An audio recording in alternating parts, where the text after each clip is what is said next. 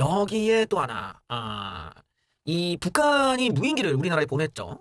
무인기를 보냈는데 이제 윤석열 정부 안에서는 이상하게 이 그 구성원들이 어떻게 됐는지 이런 그 우파가 중요시 여기는 안보 부분에서 굉장히 좀 실수가 있었어요. 또 외교도 실수가 있지만 이 아무래도 이 그 안보 쪽에서 굉장한 구멍이 뚫리고 이걸 대처를 못하다 보니까 이거를 그 짧은 사이에 대처를 하려고 고안해 냈던 게 우리도 무인기를 보내자였단 말이야. 근데 이게 약간 이제 문제가 될 수 있는 게 우리들은 그렇게 해석을 하지 북한이 먼저 우리를 도발했으니까 우리도 대응한 거기 때문에 이거는 뭐 정전협정 위반이 아니다라고 우리는 그렇게 해석했는데 유엔사에서는 남북 모두 그 남북 정전협정을 위반한 거다라고 지금 판단을 내렸다고 해요. 그러니까 이렇게 되면은 약간 좀 그 우리 입장에서는 좀 곤란해진 면이 있지. 왜냐면 북한에게 원인을 좀 돌리고 우리가 여기에 대해서 어떤 뭐 배상을 요구하는 뭐 이걸 하나의 사례로 하려야 되는데 우리가 너무 섣부르게 하다가 지금 따지고 보면은 전 세계적으로 우리도 정전협정을 위반한 국가가 됐다라는 거야. 유엔사에서 남북 정전협정 위반 공식 발표합니다. 여기 보면은 유엔군 사령부가 지난달 북한 무인기 사태와 관련해서 정전협정 위반 여부를 조사 결과 10일간의 장고 끝에 원래는 얘기를 안 하려고 하다가 이제 얘기를 했다 뭐 이런 뉘앙스인데 남북 모두 정전협정을 위반했다고 결론 내렸다. 근데 원래는 이제 얘기를 안 하려고 하다가 지금 얘기한 거예요. 왜냐면 하도 기자들이 가서 물어본 거야. 이거 어떻게 된 거냐. 유엔사한테 계속 물어보니까 약간 좀 미국 쪽 그 아무래도 외국계 입장에서는 좀 문제양 때랑 좀 다르게 공개하자 이래서 공개를 한 거예요 지금. 그래서 이 국민들이 알 권리 차원에서 발표를 결정했다. 그래서 남북 모두 정전협정을 위반했다는 결론을 공식 발표하기로 했다. 그래서 이 유엔사가 북한 도발에 따라 초유의 군사분계선 정찰기 침투 작전을 지시했던 군 통수권자 윤석열 대통령의 대응 태세를 두고 정전협정 준수 차원에서 부적절한 측면이 있었음을 공식 발표를 하는 것입니다.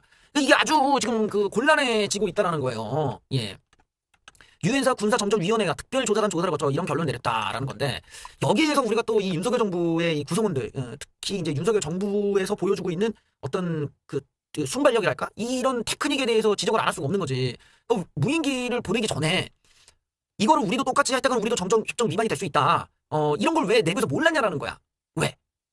왜긴 왜야? 멍청하니까 그런 거지. 이런 부분에 문제가 어딘가 있다라는 거거든. 예를 들어 그냥 위에서 까라면 까 이러고 윤석열 대통령이 야 보내 이러고 그냥 막 보낸 건지 아니면 밑에 있는 애들이 그냥 대통령 각각 이거 그냥 빨리 보내야 됩니다 이러고 밑에 놈들이 그냥 종용하고 보낸 건지 어느 쪽이 문제가 되는지를 우리가 해결을 해야 지금 이런 일이 안 벌어지는 거거든. 그러니까 이게 내가 앞서도 몇 번 얘기했지만 정치를 너무 감정적으로 진행을 하면은 우리도 규칙이 있고 우리도 전 세계적으로 문제가 걸린다라는 거야. 모든 걸 감정이 아니라 이성적으로 하나 둘 셋 넷 판단을 하고 확인을 하고 들어가야 되는데 북한 수준으로 우리도 대응을 하다가 완전히 뭐 북한과 똑같은 놈들이 돼버렸잖아. 이러면 이게 윤석열 대통령한테 결국에는 원인이 돌아가 버린단 말이지.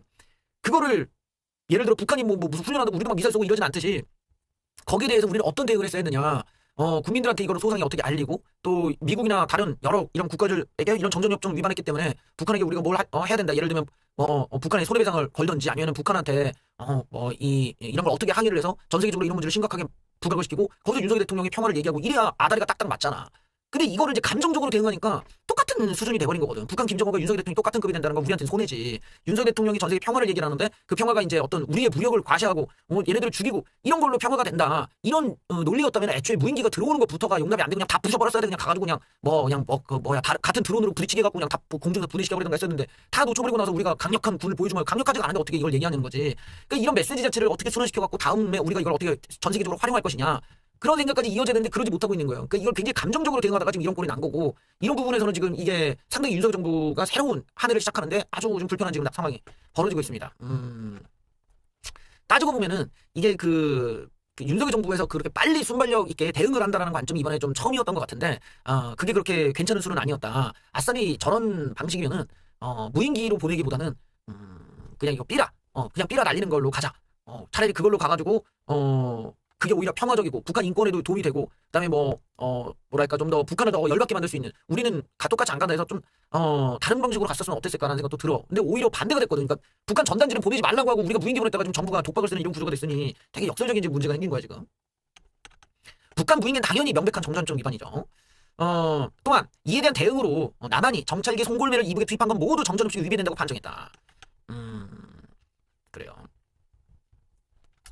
예, 약간 조금 이제 윤석열 정부가 점차적으로 이제 이런 변수들이 많단 말이야. 나란 일을 만들 때는 나란 일이라는 게 막 의도하고 우리가 기대하는 대로 흘러가지가 않잖아. 인간 삶이 그렇잖아. 인간 삶이라는 게 우리가 원하는 대로 다 이렇게 되는 게 아니라 이거는 뭐 억울해도 어쩔 수 없는 상황들. 뭐 내가 억울하지만 참아야 되는 것들.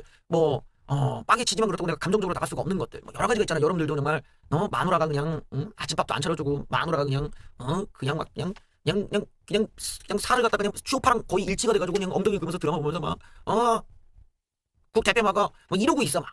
열받지. 그렇다고 때릴 거야? 그럴 수는 없잖아. 참고 살아야죠. 그럴 때일수록 더더욱 남편으로서 더더욱 마누라한테 예, 여보 여보 이러면서 이건 아니지. 이건 나도 못하겠다.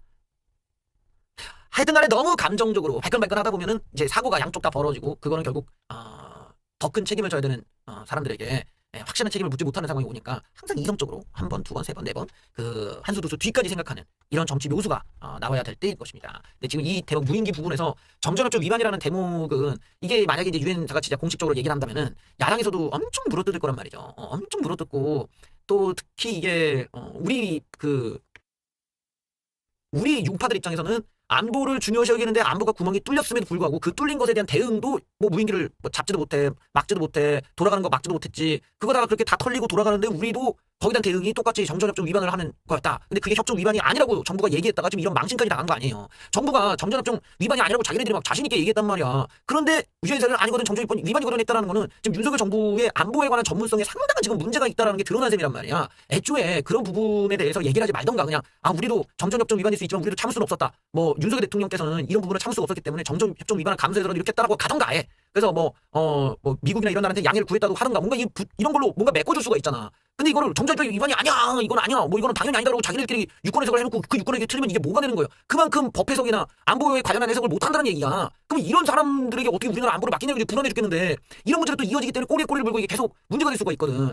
그러니까 이게 항상 이 참모들의 문제가 이게 벌어지는 거예요. 윤석열 대통령을 뭔가 이렇게 좀 빛나게 만들어줄 거면 무조건 우리는 완벽하고 우리는 불법이 없고 우리는 위반한 게 없다 이렇게 갈 게 아니라 윤석열 대통령이 얼마나 화가 나셨으면 지금 이거를 우리도 위반인 걸 알지만 미국한테 얘기해서 우리 하겠다 이러고 그냥 한 거다. 그리고 양해 구했다. 양해했고 우리는 일단은 못 잡는다. 윤석열 스타일이다 이게 이러고 나갔어야 되는데 그게 아니라 우리는 완벽해 하다가 지금 망신을 당하니까 이게 이제 오류가 되고 불안감을 또 줄 수가 있는 대목이고 그만큼 지금 안보 영역에서 약간 좀 미숙함이 좀 나와 있다. 그러니까 저런 대목은 조금 이제 좀 야당이 또 물어뜯기가 들어갈 것이기 때문에 조금 고달퍼질 수는 있는 대목이죠. 자, 윤석열 대통령이 이런 외교 문제도 있고 안보 문제도 있습니다. 윤석열 우파 쪽에서 가장 자신 있게 내놓는 두 개의 컨텐츠죠. 이 외교와 안보에서 윤석열 정부가 구멍이 빵 뚫려버렸는데 성과를 부각하느라고 안간힘을 보였습니다. 이 이란 사태에 대해서 이제 좀 최소화시키고 이란 발언에 후폭풍이 지속되고 있지만 장병들을 격려하기 위한 발언이다라는 해명만 되풀이하는 가운데 이란 측의 문제는 제기되고 있다. 하지만 윤석열 대통령과 대통령실은 숭방 성과 부각에 집중하고 있지만 국회에서 바로 이란 발언이 계속 여지를 남겼다라는 겁니다. 이런 내용은 당연하죠. 윤석열 대통령이 가서 아무것도 안 하고 오신 것도 아니고 MOU도 했고 이렇게 좀 뭐라고 해야 돼? 이렇게 좋게 관계도 맺고 거기 있는 장병들도 치열업하고 이런 거 나쁘지가 않고 당연히 우리가 칭찬하고 좋아할 일이지만 윤석열 대통령의 이 외교의 그동안 과정을 보면은 상당히 여러 번 지금 반복적인 문제가 있었어요. 맨 처음에 이제 우리가 꼽을 수 있는 게 일본과의 스케줄을 허락도 없이 그냥 먼저 공개를 해버렸다는 거야. 이거는 물론 윤석열 대통령의 잘못이 아니지. 근데 이거는 좀 의외 아닙니까? 이런 거는 이전에는 없었던 일이거든. 왜냐면 외교를 우리가 하루 이틀 한 게 아니기 때문에 외교에 대한 노하우는 계속 이렇게 대물림돼서 오게 돼 있어. 그리고 그 외교 담당이라는 게 무슨 장관이 알아서 하는 게 밑에 있는 애들이 다 알아서 하잖아. 밑에 있는 애들은 똑같거든. 얘네들은 좌우가 없이 그냥 공무원들이니까 맨날 했던 걸 하던 대로 한 거야. 그런데도 사고가 터졌다라는 거야. 이런 말도 안 되는 사고가. 근데 여기서 또 놀라운 건 관련자가 무슨 징계를 받거나 관련자가 무슨 경질이 됐거나 관련자가 어떤 어떤 책임을 졌거나 자기가 사과를 하나 뭐가 없어. 여기가 지금 문제가 있는 거야. 요 대목이.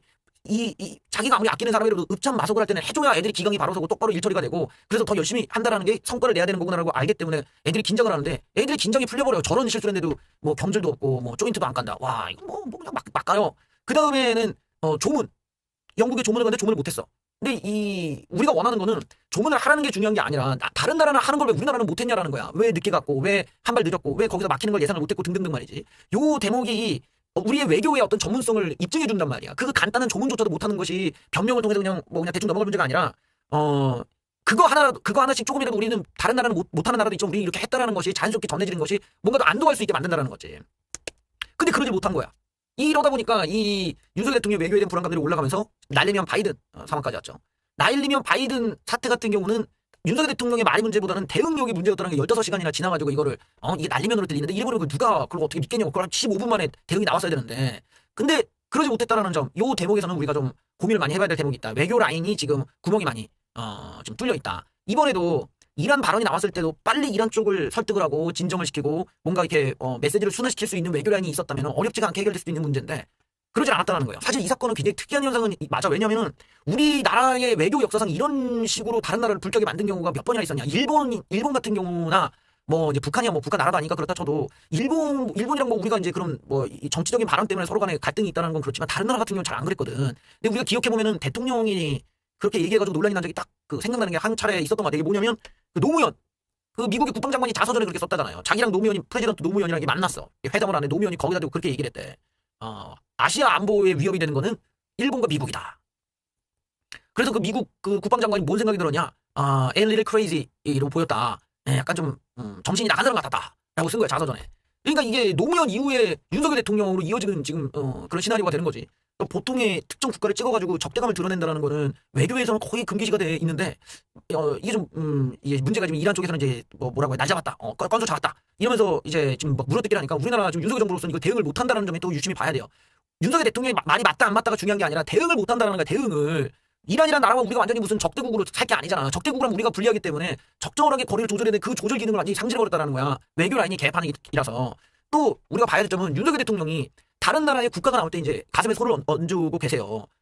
이 캐나다 가서도 하시고 뭐 어디 가서도 하고 뭐 이러면서 원래는 다른 나라 국가가 나올 때는 가슴에 손을 올리지 않는다. 이게 이제 관례처럼 돼 있었는데 윤석열 대통령만 하고 계시는 거야. 근데 윤석열 대통령이 이게 이제 의전 실수가 나든지 아니면 윤석열 대통령의 착각이었다, 잘못이었다 이런 식이 아니라 윤석열 대통령이 상대 국가를 존중하는 마음에서 그렇게 했다고 하는데 이게 약간 이제 위험해질 수 있는 게 뭐냐면 이제 공산주의 국가나 뭐 사회주의 국가, 뭐 대표적으로 이제 뭐 그 좀 우리들이 안 좋아하는 국가들, 뭐 중국이나 일본에 가서도 만약에 그쪽 나라 국가가 나오는데 가슴에 손을 얹고 계신다. 그러면 이게 우리가 호주에 가서 뭐 어디 캐나다 가서 이렇게 한 거랑 영국에 가서 이렇게 한 거랑 중국, 일본 가서 이거 한 거랑은 또 이게 국내 정치에서 받아들이는 감정이 또 다르단 말이지. 왜냐면 그림이 너무 극단적으로 이제 뭔가 굴욕적으로 보일 수가 있는 거야. 바로 요 지점에서 윤석열 대통령에 대한 의전이 문제가 있다는 거예요. 왜 거기까지 생각을 못 하냐라는 거지. 그러고 나서 만약에 일본 가서는 이걸 안 해. 중국 가서도 이걸 안 해. 이러면 그쪽 나라에서는 또 오해를 할 거란 말이야. 한국 대통령이 다른 나라에서는 이걸 가슴에 손을 얹고 있는데 우리나라에 와서는 이거 손을 안 얹었다. 우리 무시하는 거 아니냐. 이렇게 된다는 거야. 그러니까 요런 대목에서 이게 외교라는 것의 일관성을 어떻게 유지하느냐가 중요한데 요 부분이 좀 외교 라인이 완전히 그냥 두 손으로 놔버렸다는 거죠. 그러니까 이거는 결국에는 윤석열 대통령이 계속 그 어떤 나라, 특정 나라에 가서 그 나라에서 어떻게 하냐에 따라서 그 나라 사람이 불쾌하든지 우리가 불쾌하든지 이런 그 이지선다밖에 남질 않으니까 이게 외교가 지금 점점 꼬이고 있다는 걸 보여주는 이런 과정들이었습니다. 다음번에는 조금 이게 개선이 돼가지고 윤석열 대통령이 조금 성과가 더 부각이 잘 되고 좀 성공적인 외교가 이어지기를 좀 기대해 봅니다. 근데 그러기가 좀 어려운 이유는 이 외교 라인들, 이 외교 라인에서 이 윤석열 대통령을 지킬 수 있는 그런 괜찮은 인재나 참모가 좀 없다. 그냥 사실상 거의 윤석열 대통령을 방치하고 있다. 그러다 보니까 지금 이런 사고가 나더라도 뒤처리를 못하는 이런 무능이 반복되고 있는데 빨리 이거 개각을 해야 된다고 생각을 합니다.